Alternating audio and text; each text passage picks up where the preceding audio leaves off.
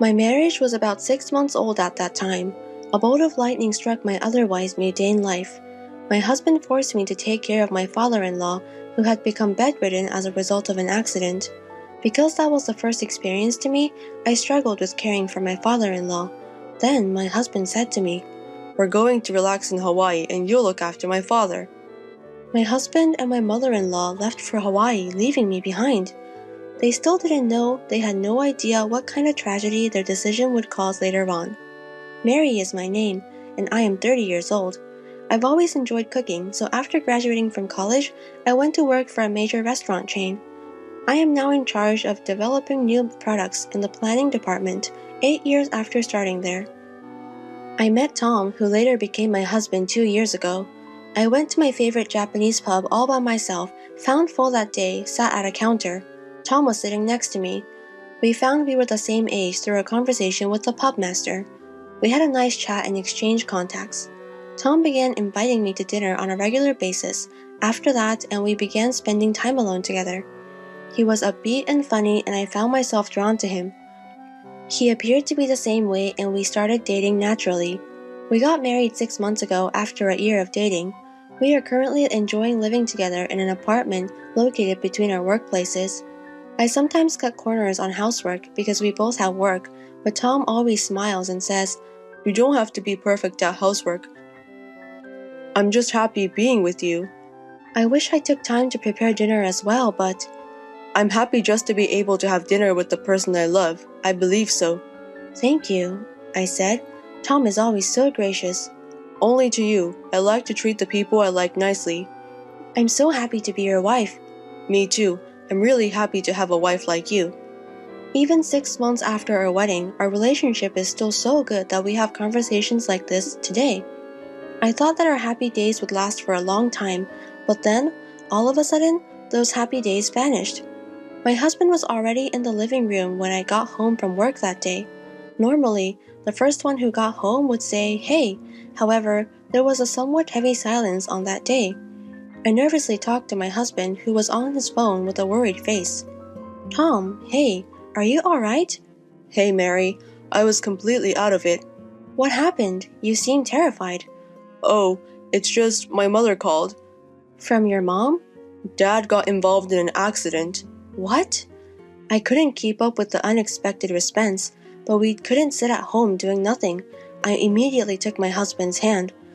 "What are you doing sitting there like that? We must visit our father now." "I'm afraid we can't." "No, why?" "There is no way we can meet him right now." "Does that imply he's not feeling well?" "Yeah, we don't have to come because Mom is going to stay with him until he gets better." "Oh no." His words made me realize there was nothing I could do at this point. I let go of his hand and sat down on the sofa. "I'm concerned if he's okay." Tom remained silent. My anxiety was heightened by his silence. My father-in-law had only recently turned 65 years old. On his days off, he had often taken good care of his health, going hiking and golfing. My husband works for my father-in-law, who owns a business. My husband must be perplexed that my father-in-law, who is also his father and the president of the company where he works, is experiencing this. I couldn't imagine him in his usual cheerful mood that day because he was so depressed. We were finally able to visit my father-in-law a week later. My father-in-law was lying in the hospital room with a powerless smile on his face. When I arrived with my husband, "Are you alright?" I asked. My father-in-law apologetically scratched his head. "Mary, I'm sorry. I apologize for causing you a concern." "I'm not upset. I'm relieved that you are safe." "I'm glad to hear that and able to speak slowly. I'm fine." "Oh, but please stay in bed for a while." My father-in-law smiled as he heard my words. I felt relieved when I saw his smile. My father-in-law suffered a spinal cord injury as a result of the accident and is still paralyzed. In terms of treatment, he would be hospitalized and undergo rehabilitation for about 2 months to assess his progress. Even after he was released from the hospital, he would require ongoing rehabilitation. Tom has decided to assume the presidency in place of his father while he is away. Although only for a short time, having my own husband as a president was unusual. My mother-in-law arrived in the hospital room while I was watching the conversation between my husband and father-in-law. She summoned me to a hospital room corner and spoke sarcastically to me.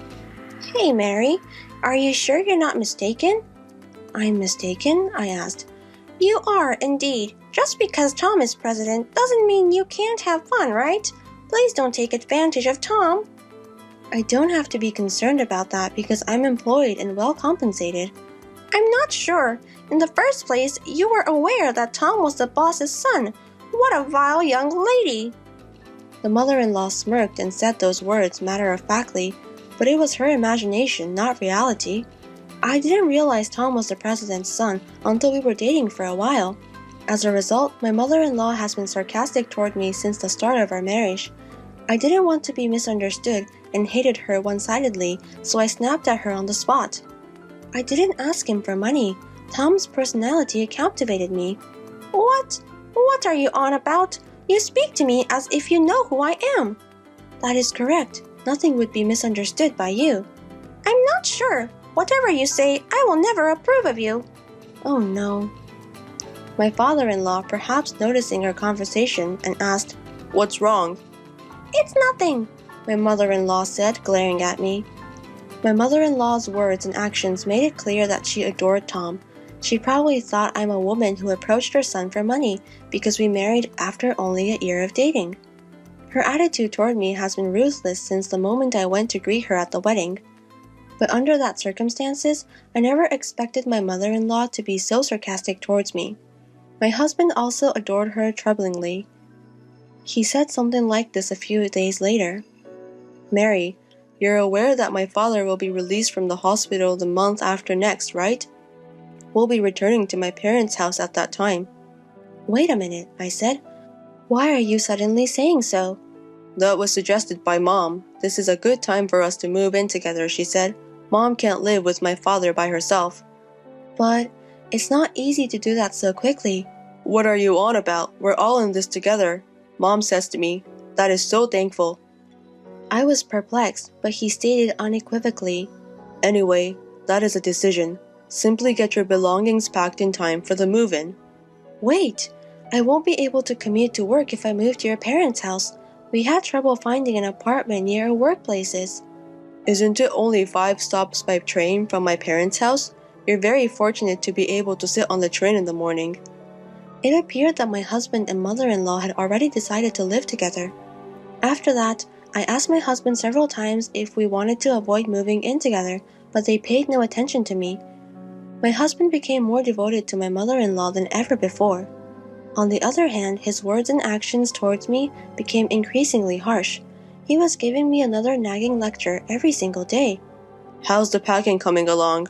I won't be able to take time off work on the day of the move, so you will fill in for me, okay? You will be in charge of all household duties and Dad's care. Don't make my mother suffer." Even before the move, I was mentally overwhelmed by such remarks. The company was in the midst of a busy season, and I was juggling work and moving preparations. I was physically and mentally exhausted. 2 months later, the move was completed successfully, and my father-in-law was released from the hospital. I hardly had time to breathe, but I started a new job as a caregiver of my father-in-law. I got up at 4 a.m. to prepare breakfast and do laundry at the same time. Following that, I flew to my father-in-law to give him a morning massage and change his clothes. I had to finish breakfast before my husband and mother-in-law did, and once I was done, I helped my father-in-law with his meals. I finally left for work after everyone had finished their breakfast. Despite all of my caregiving and housework, my mother-in-law was not pleased. She would always try to prevent me from going to work in the morning. "Mary, do you have a minute?" I apologized to mother-in-law. "I have to leave right now." "What are you on about? I'd like to make a complaint about your breakfast. That is why I am speaking to you." "When I get back, I'll reach out to you. Now I'm going." "Don't argue with me. Just sit there." "No." "Come on, take a seat." My headache began with my mother-in-law's yelling. I started having heart palpitations and headaches whenever my husband or mother-in-law gave me an unreasonable sermon at the time. However, responding to them was counterproductive. The quickest way to complete tasks was to remain silent. Because of my mother-in-law's sermons, I was always barely on time for work. My coworkers were concerned about my tardiness because I had never been late before. 3 months had passed since my father-in-law left the hospital. I didn't have time to catch my breath because I was so busy. I had to prepare dinner as soon as I got home from work. My husband scorned the dishes I had hurriedly prepared in the limited time available. "What's the deal, Mary? I come home exhausted and you want to have fish? Are you sure?" I apologized. I had to leave the kitchen to clean up my father-in-law, so I made boiled fish. "You should make something that will increase my stamina. I'm not interested in boiled fish." My husband took out a cup of noodles and began to fill it with hot water. As she watched me fall silent, my mother-in-law smirked. Depressed, I went to my father-in-law and dressed for the evening. Then, perhaps noticing my predicament, he inquired worriedly, "Mary, you appear pale. Are you all right?" "I'm fine. I've been a little preoccupied with work." "Is that it? I've been hearing a lot of yelling from my wife and Tom lately." "It's entirely my fault. I'm not particularly talented in many areas." "I don't think you look like that." I tried my hardest not to worry my father-in-law by smiling and lying. That's what I only could do to keep my spirits up. The truth was that I'd always wanted to get out of there, but what if I left now? What would happen to my father-in-law? I couldn't just throw it all away after thinking about it. I had days off from work at the end of the year, but that didn't stop me from doing house cleaning. My husband made an outrageous statement on New Year's Eve.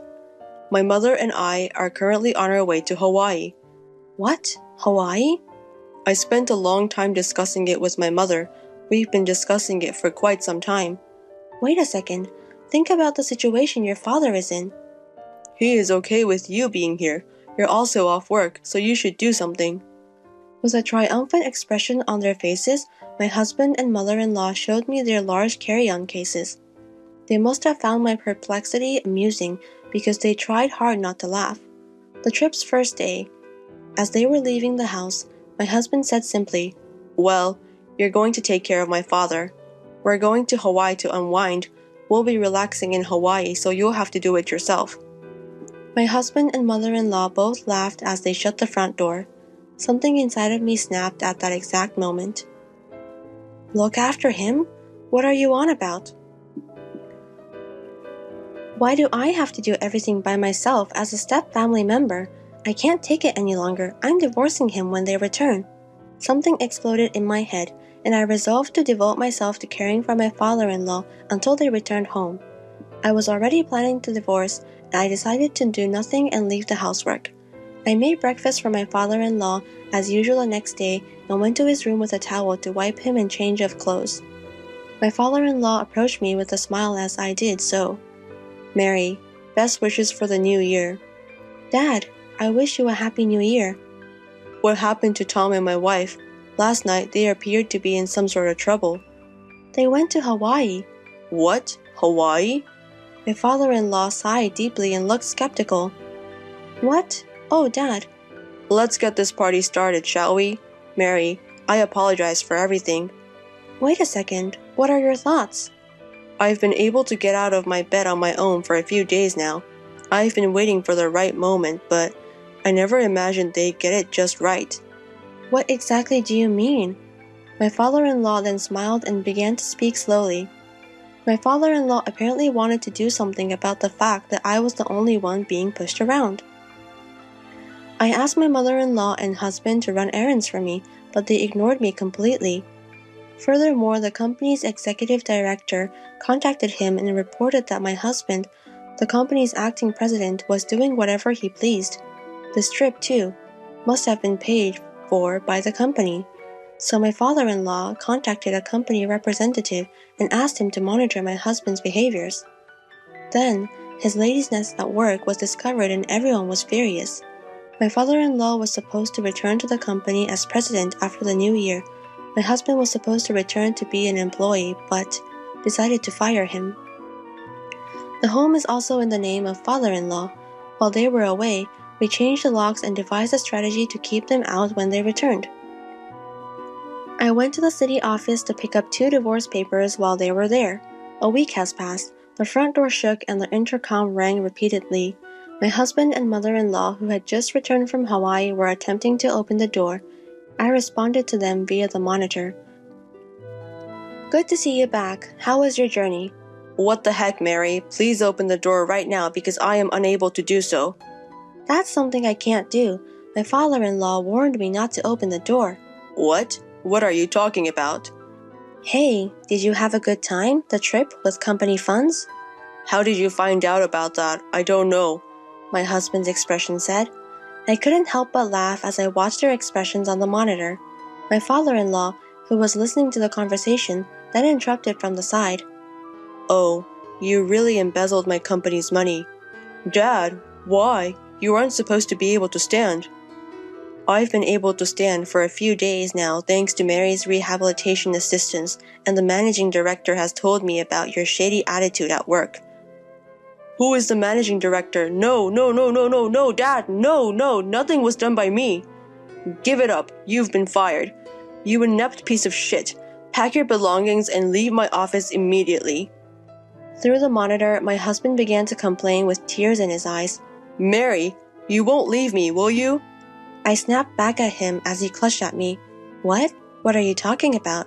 Do you know how I felt from the time you decided to live with parents without my permission until today? You took advantage of me, along with Mother, and forced me to take care of your father as a matter of course.